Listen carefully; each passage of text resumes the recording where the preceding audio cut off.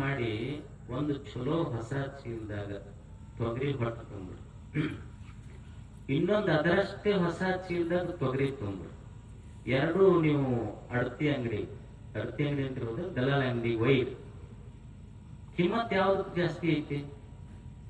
ತೊಗರಿಗೆ ಐತೋ ಹೊಟ್ಟಿಗೆ ಐತೋ? ತೊಗರಿಗೆ ಐತೋ ಹೌದಲ್ಲ? ಅಲ್ಲ, ಎರಡು ಒಂದೇ ಸಮ ಚೀಲದೊಳಗೆ ತುಂಬಿರಿ, ತೊಗರಿಗೆ ಯಾಕೆ ಕಿಮ್ಮತ್ ಜಾಸ್ತಿ? ಎರಡೂ ನೋಡ್ಲಿಕ್ಕೆ ಚೀಲ ಒಂದ ಸೈಜ್ ಅದಾವ.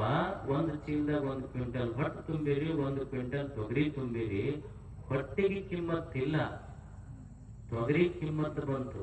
ಯಾಕಂದ್ರ ನೀವು ತುಂಬಿದ ಚೀಲಕ್ಕೆ ಕಿಮ್ಮತ್ ಬರುವುದಿಲ್ಲ, ಚೀಲದೊಳಗೆ ಏನು ತುಂಬಿರಿ ಅನ್ನೋದ್ರ ಮೇಲೆ ಚೀಲಕ್ಕೆ ಕಿಮ್ಮತ್ ಬರ್ತೈತಿ.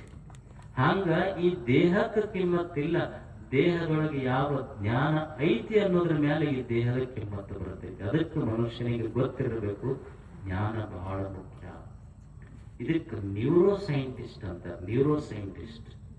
ನರ ವಿಜ್ಞಾನಿಗಳು ಏನ್ ಹೇಳ್ತಾರ ಅಂದ್ರ ಇದಕ್ಕೆ ಮೆಟಾಕಾಗ್ನಿಷನ್ ಅಂತ ಕರೀತಾರೆ. ಈ ಮೆಟಾಕಾಗ್ನಿಷನ್ ಅಂದ್ರ the ability to think of your own thinking. ಇದಕ್ಕೆ ಮೆಟಾಕಾಗ್ನಿಷನ್ ಅಂತ ಕರೀತಾರೆ. ಅಂದ್ರೆ the ability to think your own thinking. ನೀ ಏನೋ ಒಂದು ವಿಚಾರ ಮಾಡ್ತೀಯಲ್ಲ, ಡೋಂಟ್ ಫಾಲೋ ಇಟ್ ಬ್ಲೈಂಡ್ಲಿ. ಸುಮ್ಮನೆ ಕಣ್ಣು ಮುಚ್ಚಿ ಬಿಡಬೇಡ.